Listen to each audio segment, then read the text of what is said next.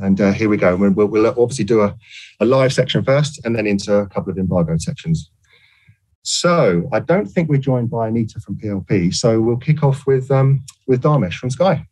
Mikel, good to see you in person. Can we just start off with team news for tomorrow night? Granit is still not ready. Kolasinac is still not ready. We have the doubt with Bukayo and another few knocks that we got against Newcastle. So today is the day to assess how everybody is, if they can be fit for tomorrow, and then make the decision on the lineup and the squad. Are you hopeful for Bukayo? I am hopeful, but we don't know. Obviously, it's a really short turnaround, and the player has to be comfortable playing with a little injury, and let's see how it is today in training. Mikel, I've just seen the footage of the robbery involving Gabriel. It's been a while since it happened, but what does it say about the character of Gabriel that he continued to play, and what was he like straight after it happened? Yeah, obviously it's not a nice thing to go through when you have family involved and they are trying to access your own house. Gary showed a lot of character. You see the reaction that he had straight away. Credit to the boy. And after that, he was fine. Obviously, he was shocked. Obviously, there are a few things that he wanted to change in his life to try to prevent those things happening, and the club give him all the support that he was needed to try to forget about the situation, learn from it, and move on. I must ask you about the game and how do you prepare for Manchester United, given all the changes that happened at that club just now? Well, you know what you expect when you play at that stadium in front of that crowd and with a team, a squad that probably is one of the most talented in the league. You know the situations you're going to face is very difficult tactically because you don't really know how they're going to prepare the game, the options that they can play, the formation that they can vary. So it's focused more in ourselves, what we have to do, and make sure the team is prepared to go in there and beat them. But those would have Ralf Rangnick in place.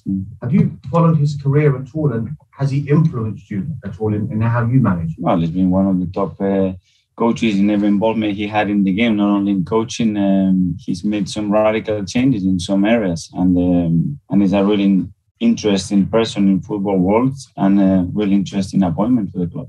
Final one from me, Mikel. What is it about you at Manchester United? You've played them 3 times, 2 wins, a draw, 3 clean sheets. Can you take the history of those results and take confidence when you play them? Well, the confidence is that we have to prepare the matches to win. And then we have to, first of all, respect the opponent that we're going to have in front of us. But at the end, go with the mindset, with the confidence and the desire to go and win the game and have that belief straight away. Thank you. Thanks, Dharmesh. George from BBC. Mikel, hello. Did you watch the Manchester United-Chelsea game on Sunday? Do you expect them to be as defensive? Surely they won't be that defensive as they were against Chelsea at home, will they? I don't know. Obviously, there are different games. You play in Chelsea away, and they had faces in the game. I don't think they were that defensive for the whole game. I think sometimes you want to do something against Chelsea with their ability, and you cannot do it because of the quality they have and the solution they can find to every problem that you try to create to them. And I expect a very lively atmosphere and a team that really wants to come out. Are you expecting Cristiano Ronaldo to start tomorrow? I don't know. That's a manager's decision. Just on your team, Bukayo Saka, if you had to put a percentage chance on it, how fit do you think he could be? Till I don't see him this morning on the pitch, pretty difficult to say that. What do you know about Ralf Rangnick? Have you ever, you know a lot of people in football, have you ever watched one of his training sessions? Have you ever spoke to him personally? Have you ever met him before? What do you know about him? I know people that have worked with him. I know people that has followed him a lot, and obviously we've done our research as well, obviously. And yes, a very extremely well-known person for what he's done in the game and what he wants to continue doing in the game. And if you win at Old Trafford tomorrow, that sends a statement that top 4 is really on for your team, isn't it, this season? When you win a bigger stadium and the form that we are at the moment, it gives more confidence. Another important game, but this is a long run. Thank you, George. Thank you. Ian, talk. Hi, Mikel. You well? Yeah. Are you worried about the form of Aubameyang, especially away from home? He doesn't tend to score as many goals. And are you thinking maybe of moving him out wider? Well, the form of Oba is always going to be related to the goals that he scores. He's doing many other things apart of scoring goals, but obviously we need that contribution because his goals are critical for our success, and that's been shown the last few years when he's able to do that. And that has to be his aim, to continue to do all the things that he's doing, and then in the right moments put the ball in the net. Is he an out-and-out number 9? And actually, at the club, it seems that a lot of your attacking players, the likes of Oban, Lacazette, even Martinelli, kind of prefer to be out wide rather than playing at what we traditionally think is a number 9 role. I think with Laka is a little bit different. I think Laka is more comfortable playing there. Oba has played in both positions through his career. I think the formation that you played allows him more freedom to attack certain spaces more often, and the defensive duty changes a lot in one formation or the other as well, and it's something to consider depending on the players that you play alongside him. If I'd have been sat here a year ago with you, which was obviously not possible, but if I had, and said that you're probably going to leave Kieran Tierney on the bench even though he's fit, you'd have thought I was mad because he was probably your best defender. At the moment, though, he's struggling to get in the left back because of the form of Tavares. How much has that been a real boost to you this season that you've now got competition so that one of your best players can't even get in the team? Well, that's the level that we want to achieve, that in every position we have players that they can perform at the highest level and they can complement each other but give you different qualities as well. Last year, when we had the issue with Kieran, when he was out for a while as well, we have to invent and pair players in that position. And that's something that obviously we want to eradicate as much as possible. And that's why we made the decision that we made in the summer to try to fulfill the gaps that we have and make the team stronger. It's only about that. And Kieran hasn't played in a lot of games because he was still injured, and in others because once Nuno played and he played well as well, I think he will have the chance to continue playing. The last one from me, I mean, you look at United's forward players, Jadon Sancho, Marcus Rashford, Cristiano Ronaldo. There's no way they should be having the poor season that they're having. Has it surprised you even, the fact that they haven't clicked and they're struggling, they've had to change a manager and they've had all the problems that they've had? Well, it shows as well the competition and the league that we are involved, that any team can cause you problems, that is not as simple as putting names and numbers in there. That is much more than that. And undoubtedly the quality that they have, and you haven't mentioned another 3 or 4 of them that they can play in that position. It's incredible, and that's why that club has been so successful as well. Thank you. Thanks, Ian. George from PA. Hi, Mikel. You've set some really good results this season. Is the kind of one thing missing at the minute that win away to one of the so-called top 6 clubs? Well, it is because we lost against City and we lost against Liverpool. It's true that we beat Leicester. That has been one of the teams in that range in recent years. But obviously, that's what we want, to go to any ground and have the confidence to go to any ground against the top teams and beat them.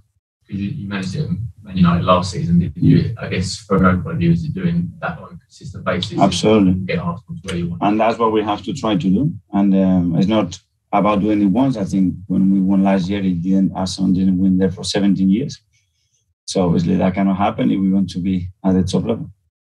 Just wondering, in terms of Ralph Rangnick, you mentioned people that they've worked in. I believe Per Mertesacker worked with him a little while ago. Have you spoken to him this week about what sort of? We tried to gather information to understand more as well what we expect. We don't know. We didn't really know he was going to be sitting on the bench. He was taking training sessions. So in terms of the preparation, it was a little bit trickier than usual because you don't really know the influence that the new coach is going to have. Cheers, George. Nick at the back. Hi, Mikel. Nice to see you again. Hi. You mentioned Bukayo could even possibly play with an injury if he builds up to it. Are you at the stage where you might need to rest him and then Smith Rowe as well? They've both played a lot of games. They're young. Would you like to rest him if possible? Well, we're not going to risk our players if we believe that can go obviously against us. Playing with an injury means that he had to leave the pitch, and when someone has to leave the pitch, I believe that he's injured. If not, he was willing to continue. That injury can be 24 hours, 72, or a year. And Bukayo is really willing. He's been preparing the last 2 days because he wants to play, and let's see how it is.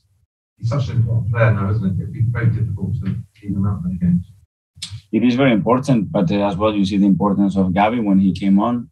We have Nico there to play in that position. We have Eddie. We have many options that can fulfill that potential, and that's why players have to be ready when we need them to come in the team and make the impact. After Gavi's goal, brilliant goal at the weekend, there'll be a lot of people wanting him to start. But is it best for him to be an impact substitute to build up his ability going into the new year when they go as in Nations?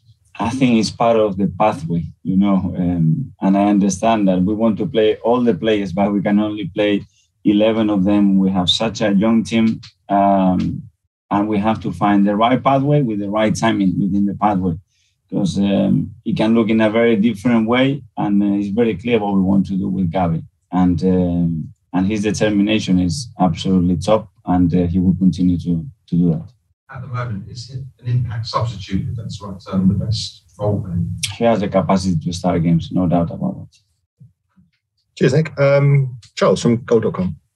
Just quickly go back to Kieran. I think we're all surprised maybe that he didn't play at the weekend. Did you, in the build-up to the game, did you have to speak to Kieran and kind of explain it? How is he being on the bench at the moment? It was a tricky one, and after what happened in Anfield and some individual errors that we had, I think we have to be very careful with the messages that we send as well to our players. And I encourage my players to play with courage, to take risks, to make decisions, and to be in the front foot. And when they do that, if for any reason things they don't go our way or somebody makes a mistake, that's where you have to show the trust on the player, because you want to build confidence and resilience. And it's not only for the player that is playing, it's for the player that is not playing to understand that part of that decision is to support. And in their case, if that would happen to them, I would do exactly the same thing. And I think it's something that we have to build. And with young players even more, because if not, they can get very confused. And Nuno obviously had that difficult game at Anfield. We're at Old Trafford on Thursday night. Are you worried because of the intensity of Old Trafford and the ground, the size, the stature of the place, that something similar could happen for such a young player? Or are you confident that you can go there and cope? Whoever I put in that pitch is because I have full confidence in them. We're December 1st now. You're outside of the top four on goal difference only. You could spend the next month pushing the ownership that when January arrives, month today, to really kick on and, seize the opportunity that you've given yourself over the first half of the season. I focus on the players that we have, trying to make them as good as possible, trying to improve the team and trying to be more and more consistent, play better, and we'll get better results. That's it. Is it, given the business you did in the summer, though, and the significant financial outlay you did, is it realistic maybe for fans or anyone to expect the club to do any business in January? Significant business? We are in discussions. We have talks every week about it, how we can improve the team, what things can happen as well in the January transfer window that can affect our squad. As you know, we have certain players with a little bit of uncertainty in the summer, so we have to plan what's going to happen now, what's going to happen in the summer. And a lot had to be done as well. So we know and we don't expect big things happening, but we're going to be very alert in the market, see if we can improve the team. And as well, we have to be prepared because things can happen, injuries arise in this period, and you have to be prepared and planned. Thanks, Charles. That now finishes the broadcast section.